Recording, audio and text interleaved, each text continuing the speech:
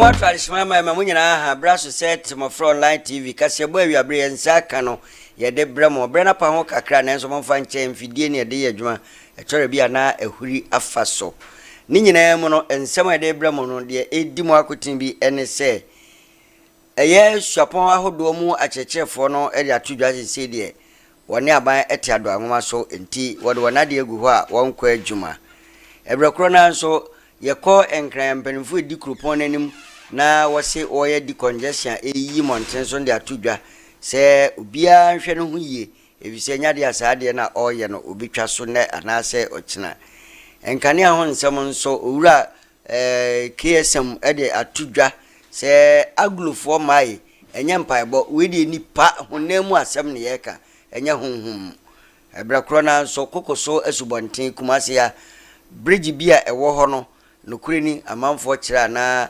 ayekudie wupa ewo se wani ba ho na ohwe ne yie waacheche galamsefo bi nso ewo miamia hodo na afi evija kwa abre nso wode ato amanfo nanim se won kambum na won prempuntuo enko saa nsemi enam de ne nchemu ebremo enuna na opoku ajeman ene medin ewiabre eye odifo Samuel Prayer and Counseling Center ena asomu a yede ebrewo ne awoye ni o ndihye ne nso ebia na ya hensem afisem adwomu ensem afi abrabomu de fa ware ho ene baabia wonte ase a wode koda na onyadaje chechiro mu no ama ho akwankyere movani che kumase ye mo wachi no senso wa hampo a ayembobo ano traffic light no asepe ejaba family house ho ena odifo Samuel Prayer and Counseling Center no woni yede won ho ato won so a oboya ma awiabre KASI3BO nso wonya bi atie na wonya bi ahwe mama memra na fensem no nkyiremu ento aso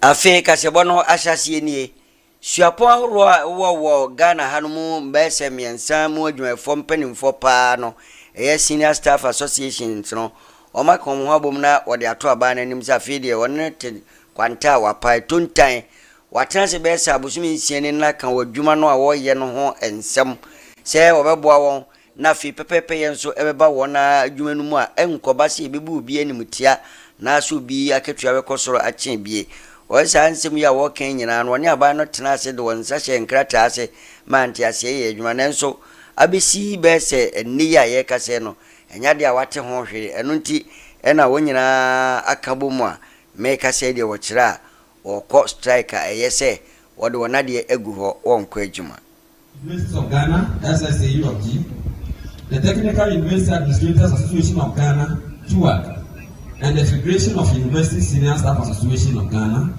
FUSAC, announced with deep regret but unwavering resolve our decision to embark on an indefinite strike action.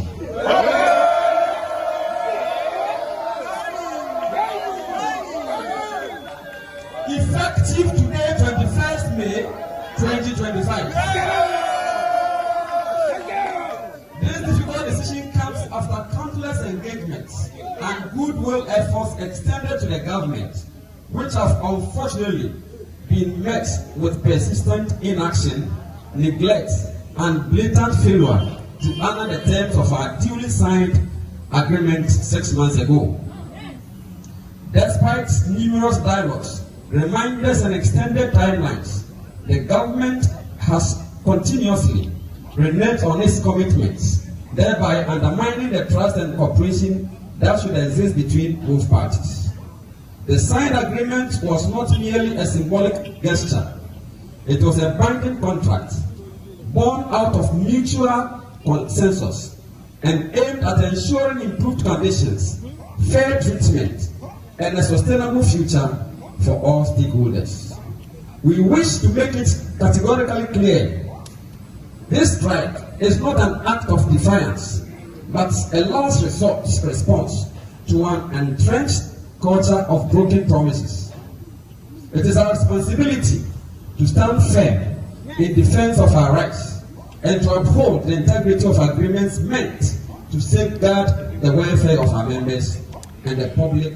Yako enkrai krupon bedwanu mu a AMA enkrai ensaka echa na otwene wiye no nsubransema etoye ne do haw kese pa ne baye se de munyina mu nim no ejapade ahodo asɛ nipa bi mu mpohwere won kwa ema meamia ahodo na ensuyire no haw de baye no na no odena odwene ho a onte ase na saade we kamia esafi bia isi aban a eba kura ahodo wo mo de wo manihwe saa oye beye no makeka na wo ma no na eno ano hwetete sam na eno ena sisi de enkra krupon badwa no open no no hwe ahonidie so ewo ho owura Joseph Asetanga odi atudwa se wono no pensu ipa de nya de obehwe ama meamia hodo a niam esisi wonye na wo kira nkra mfimfin ho se de binum ebobbo bonta bodan esi podwama wo mu fiofio no niwu na etan wenum nyina ka ho ma nsuwa de da ho no don kra de ho abufuo ba ma nsuo no epete kra na eyiri afa nipa anti o gina so ema o yiyi monten so ne meamia hodo ni nyina ne ma esisi baabi anyi bia no obeyama nsuo ne to a enya kwae atene. Yeah, the sanitation condition here is the reason why we are removing them from this place. The illegal electrical connections here, they convert here to residential apartment. All immoral activities goes on here. Hardened criminals are here as a transit point. Okay, nobody cares for anything that goes here. In the event of fire outbreak here, everybody will start calling government. I was here 5 years, I was here 10 years. Nobody is responsible for anybody stay here. And therefore, everything that is here, we are clearing it out to ensure that the purpose of the bus stop is utilized by Ghanaian people, not for the few who converted for a station. So if I'm correct, when you came here, some people had converted this place into apartments. It was a full-fledged supermarket. The whole of this stretch was a full-fledged supermarket. They operate here, all efforts by the assembly, several times for them to move their items out to allow the bus stop to operate has proven futile. And this is the reason why we planned and we educated them. All the efforts, they said they will not move. That is the essence of today. So you can just even look at the back. Look at what is happening. Look at the waste. Have a look at the waste. Look at the mess here. See the mess. Who should come and clean here? The government, you sit here. Look at the mess here. Look at the illegal connections. All this. We have to bring electricians to disconnect them. They have meters here. Who has given them the meters? All right. So, okay. Let's get right here. It's raining. Joseph Asetanga, the environmental health officer in charge of this operation, ordered and sanctioned by the mayor of Accra. Okay. Thank you. All right. So just as he's saying, this place, they have actually converted this place into some apartment. They've done some illegal connections right over there, as you can see. So that was what he was trying to tell us, that when you come here, people were sleeping here, apart from they selling right inside these areas. So we can even see mattresses here where they were sleeping on. But then all they did this morning was to clear them off. Pasitanga no and it didn't have me depa mepenadam for said the washer see say be yes dear. Now we na du anwumre omukonya bibi adwuma mu ye no ye bo mo ho akomum didi wi asa oman a ye chichire na de ye ho nti e beko na sansem ya na pusu owura kwaku sintim misa KSM na mo amotahwe TV no munim no se wo yense nchuri ne ye frɛ no osan atwasini ewo mem nti obia nim no na wo se ema no a ya na wo makom ho abom pa ye frɛ mo aglo women aglo no otu omofo na futuo nyina wo se etia wo se ade bi wo ho na wo se ehwe ka ne honam mu a ya wo momyemfa no kore nya kokoduro no nyame asɛm ne no kore enenam no wo monka no nya sɛ ye hia ye kɔbɔ ho mpae no wo bɔ mpae no a saa mpae di ono ne gidie mu no nya de beye owura kwakusi ntim misa ɛkyerɛ na ɔgye honhom asɛm di pa nkanka nyame de no nanso si wo nyame no wode ade no kura si yesu ne nipa da sɛ ne se me meto atwene a enti bɛde ɛna yeye owura yi kyerɛ enkane ne dum so ho nsɛm a ɛkɔ yi ekamia yesa fi bia ban bia bebe bia so bi koso nanso de obetia wo ni fi a na yera kra no me kwa guru mpai bo ye kobo ye empire makane anaso wo si wo mu nya sa de no kra na nya no ne ye de kekere wo man mo mi enti se de ono awo kan nsɛm no to meet the demands of Accra, but the debt that is stacked up against us.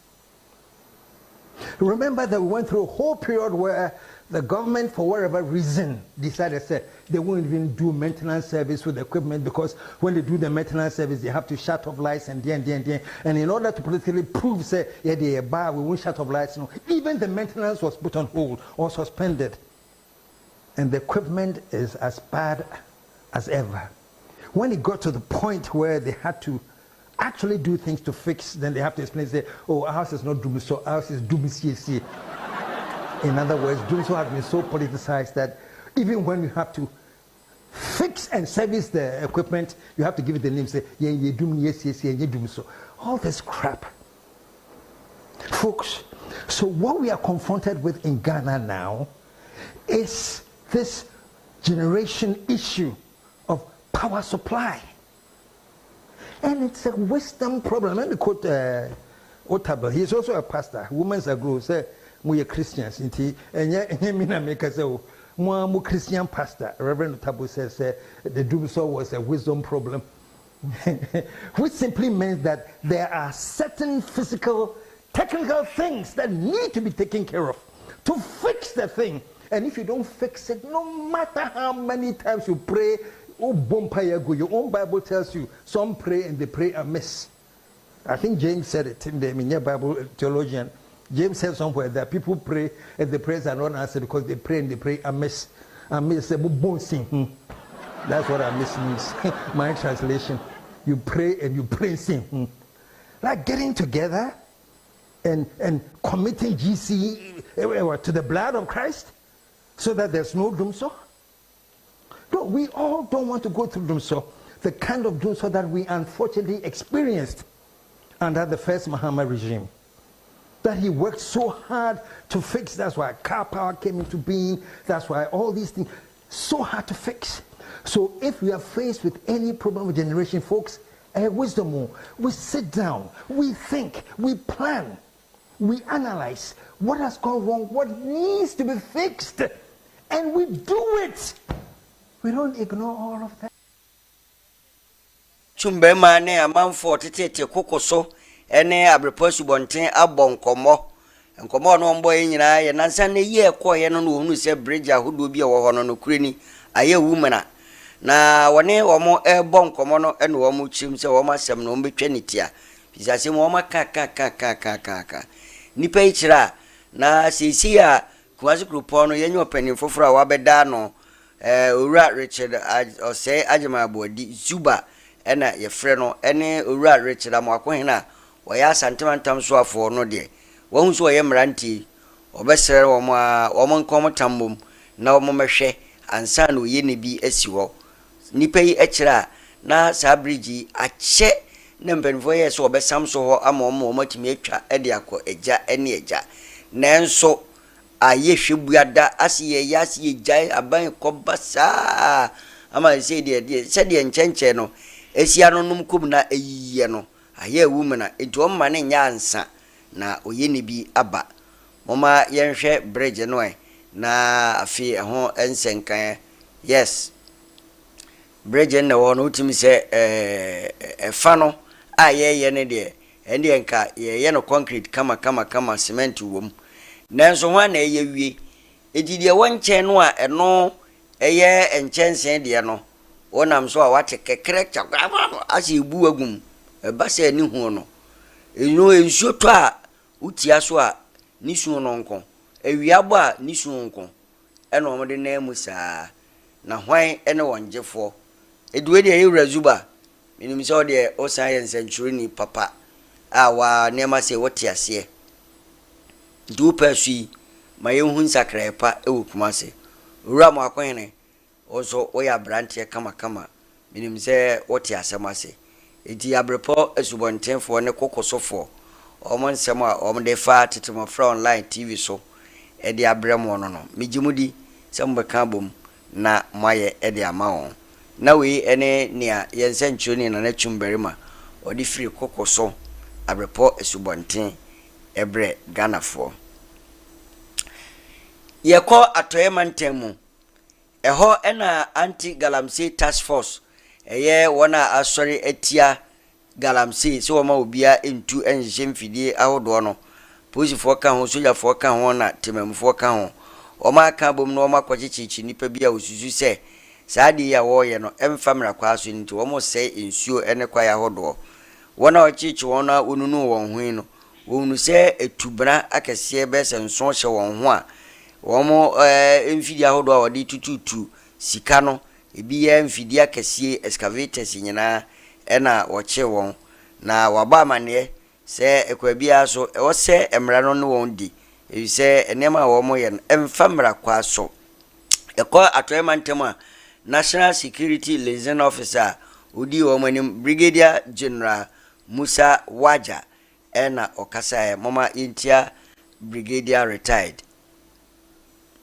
Benada eye enima bosume ne da etoso aduo no na abambofo a wo Western region nyina eka won ho bo mu a River Ankobra nipa bonfo a wonom etu galamsey yi atiasi so a essay ensuoi a chese ensuoi enya akonokra se nipa de nani kra behwe na nka wadi mudwuma na we nam so ema esoafo a woda mantamia no eye Regional Minister Onimunyamfo Joseph Nelson edi abambofo nyina animu a okodi dwuma so no a galamsey a wo tu osa ensuo yi so no wokoti won kwan boduru ho no abambofo etimi enya machines a wodi tu galamsey yi ba akoma excavator no nwotwe sanso na etuo a galamsey fo de bo won ho ban eno nso enso sanso na etuo aboba nso 66 adusia ensia mobile phone and 9 na machine and as a fidia wode horo good we. It's not going to be a one-day operation. Now it's going to be sustained. We are going to do more of that and possibly try and then get canoe and sail along the Ankobra River to ensure that this river return to its normalcy. The most important challenges have been logistics, but that has not impeded our efforts to ensure that we conduct our operation. And the type of devastation that has been done along the banks of the river certain time also impede our speed of action, our movement and activities.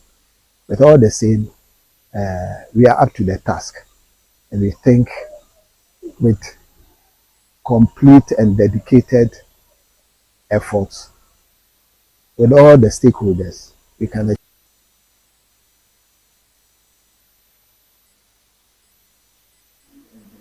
Afe yaba asantimantemu heya soso ebio na wache Ghana fo mienu bi ene China ni ba ko a wochira na nyame be kire wo atwema nwabieja north empotemu ho no asantimantemu ya omo se nsuo ne kwa ye nam galamsey yinti na hofo no ekira na omadi kan akopusu no se enka omunya asade ya omuye na ese kuru ma hofo no kura no ha wede brom doso enu omko kan se ekiri pe oda hwa na do abati chikamam na nkofu se o etu ehwo mu no mu jagum edi hunahuna hofo eno na me hofo kira na sa anyime ya nkofu ye no enwanwa na adwene ho so a onti asese obepo sika na ekwan a wo fa so pe no emwa ye ne eto ne yekoka na yenyamane nie ana eno na wo mo asan hwe mahunu se abrantie bi a wosusu se oye NDC ni eno wo hyekiri kodwo pepra na no de wo de atodwa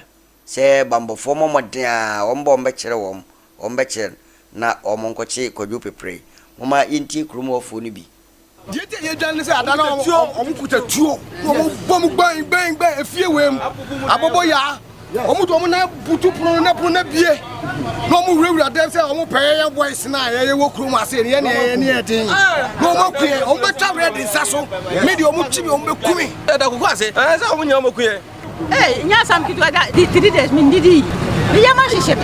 Ada na mu haya gire. Mu haya gire. Ya ti ha kwakwa ne be ye yo. Anu ne ade twa dia ne ade hwe ya ma.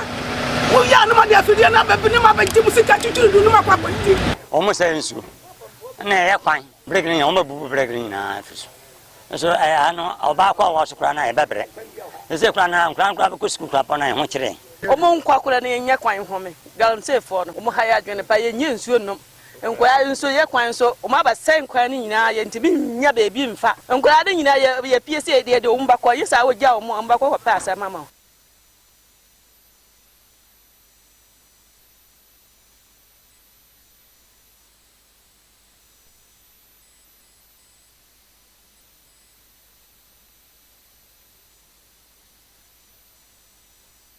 Afi ye de ni kire figya kwabre south mensi no me ho ena ne aban ebo ni din no nyame ayadom assemblyman for ni nyina kohia won akoma dwena bom o ma to abama no a emu nipa kakre bi mfa se ba ko bi ena wanto ama no sa ewrei ene onimunyamfo Pearl Patricia Ankra na ewra Patricia Pearl Ankra ekira na ono aba abeda mensi na no anwanwasem ena omo hwe ni mu se ebisuo se woni manfo beka bom na waye nieme nyina pepepe ebra woni mra hyebedwani a owo no no so eye woba eye onabo damata ama apianima salam de wontambe bom na wo mohunu se ampa ema so yi wo mo a sa adwempa na adwuma pa ewo mu history in Afija Kwabre South. We have the first female MP, we have the first female municipal chief executive, we have a female as the district coordinating director, and we have one man as the PM. Jidi say Nyankopon ehihye mu na ode aba. Ayinim say obeboaye amayaye amana yefe. What the Afija Kwabre South should expect is total development. Total development. Say mpuntuo mapa ebekoso Kwabre ama Kwabre afa ne ntuma pa efra. Aha no enye wetime wakame bia. Na say ebeka bom ne aye amana ye kama. O se ba bia ye ko bia ye gye dimpa. If you say dimpa eyese na honya. Enu ene ye hallmark. Aha, enu ne yense na ho aye de to. Nti minim say the years ahead of us now, omampanyi ama your opportunity no. Me Pearl mejinam na mabo ama omampanyi reset agenda no abam e Kwabre South ama bibia aye kama medamas. Ononyamfo Patricia Pearl Ankra ono ena yete nenka na ebrekro na omoto ne so aba no na mrahebedwani a owo ho nsonso enam se wi oba no no so eye oba na eye ne fedodo ema okota nachi na no ena onumunyamfo damata ama pianima salam edi atudwa se wi nu nyina kire omampani John Damani Mahama na memuyo ne nani suade hunu se obeboa mama so enya tumi a oba Afija Kwabre South wode a wahye muknapa anti obeka bom no waprempontio ampa me oba mi nua isusu enya oba timeka say Afija Kwabre ya taking lead no ene uhwa affirmative acts ya pese ya di ya adwuma ya husi ya keka nsem bebre awo ho da bia menya konya mebusa say na ema dodo no kwa san ene new di affirmative action no kwa e ka den because timu say one ma bebre di nkoma ye omunim adekrokwa ba ene no empebio so ya mana hu say na implementation ya de ba ya adwuma no aye den ba ene Afija Kwabre ya taking lead no MP ayoba DC so oba ayoba etimo behwa ne kasem no so obeka ni nua ba MP ho ne aka bom aye adwuma de meka no say eye akonya na ye mode ama ye ema no eto se ye ema ne ye fe onumunyamfo Samuel na te George ono ena oyeso afọ ohwe nkrato eso ena ukọ mrahebedwam so a ningo prampram ono ye mrahebedwani ewo ho wode ato ganafo nyine nim se wonya ni mugidie no wabe no eya ade anahwe ye ho no data yeto ye internet no na ye didi dwuma hodo nyina ene no ne wiase asom no ni pay so de Ghana yen tona boden sɛ aban a atwam no wɔkyerɛ na wɔdika adinkita ho bi asie na wɔhwɛ ni mu sɛ ɛbɛso aba na abaso no de hwie be afi nkɔ na wie no na so aba pa Ghana fo be hunu sɛ ɔno Sam George sɛbe sɛ ɔbɛda asoɛ na no a na nyɛ sɛ amanfo ɛhaw nemum obeyi sa haw na firi hɔ ama ɔho atɔ wɔn a wotɔ internet yi a wobetim de ayɛ de wopɛ bia ɛbɔ no ketewa bi. Let me digress a bit. The Director General spoke about the work the ministry is doing relative to bridging the digital gap and divide on the basis of connectivity cost. I've been trending over the weekend on Twitter, not necessarily for my looks or my work, but absolutely because whether orchestrated or otherwise, people think that data prices must be cheaper by the stroke of my pen. Let me be clear about this, and because the media is here, the Director General has spoken about the work that we're doing. I set up a committee in February, and people failed to listen to exactly what we set out to do with that committee. When I set up that committee, I did not say that in 14 days that committee was going to reduce data prices. That committee included telecom companies, the regulator, and sector players. The committee's mandate in 14 days was to develop a road map that would lead to the drop in data prices. A roadmap. A roadmap does not mean that in 14 days data prices would have dropped. In 13 days, that committee, working without receiving a penny from the taxpayers' coffers, delivered a roadmap. On the basis of that roadmap, I made the Director General of the NCA and the regulator engage with stakeholders. There's a CEO of one of the telecom companies here on what we could do in the immediate, in the medium term, and the long term. Look, we're dealing with 8 years of distortion of the market. I wish I could fix it arbitrarily, but it takes a very calculated attempt not to create further distortions by acting irrationally. And so to the young people of our country and the people of this country, my promise was that by the end of this year, we would see prices of data drop. And I remain committed to it. We will deliver on that. But trust the process.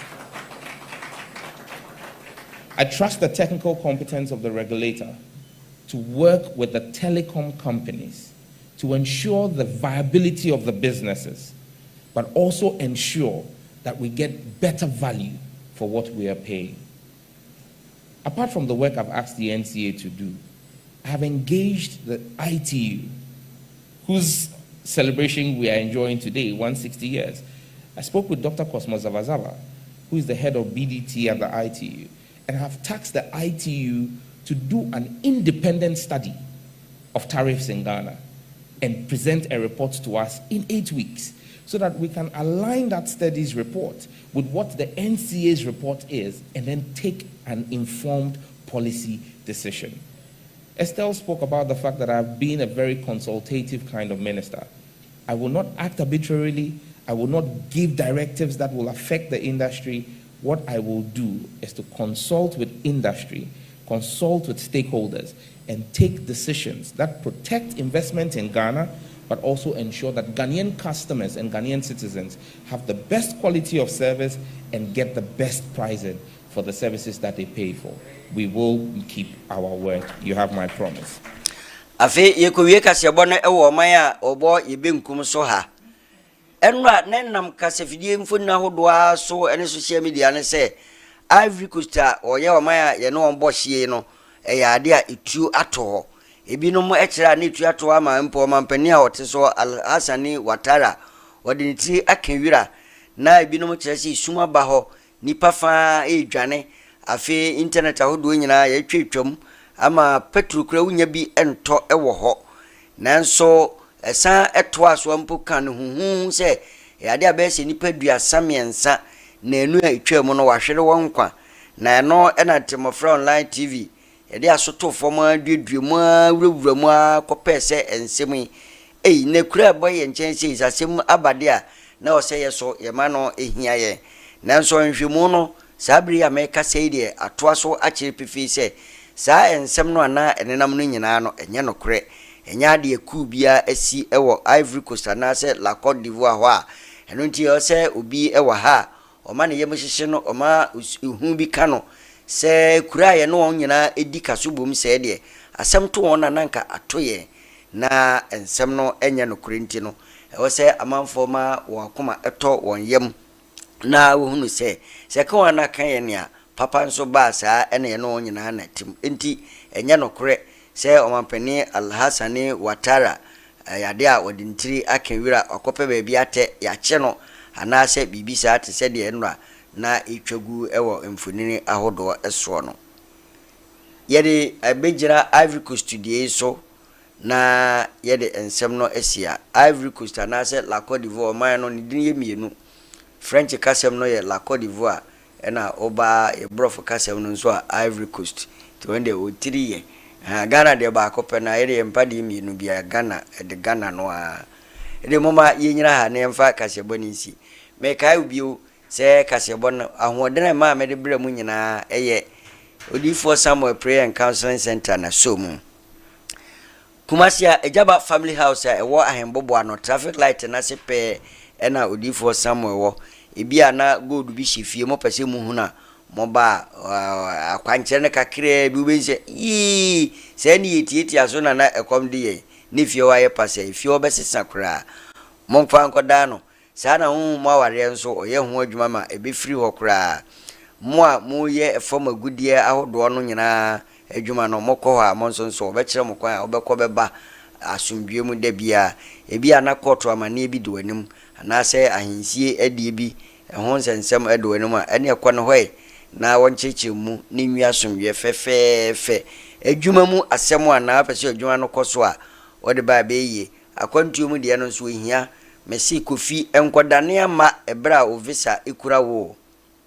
kofi uye kofi ada kofi no a nafo elupri no kobobra fa behwe nyina na so obedu ani eso adane ama hunhu mu asem nti de ma emparo na wie ya ne odifo Samuel Prayer and Counseling Center ho eteje namba no ma kiro kwan na dada eye eda edwoada de kosi fiada anopa no nsia ne fa kosi no miensa e no ye adwuma 0245 479724 0245 479725 ena 050 615 7020 050 615 7020 ene odifo Samuel emonkomo no onchiro nani so na ensuiye midindi no na opoku ajeman medumbisia onyame ya doma bo donko ne fa ekro no nso a eda wanim dwumadie no so ya ko bisia edisha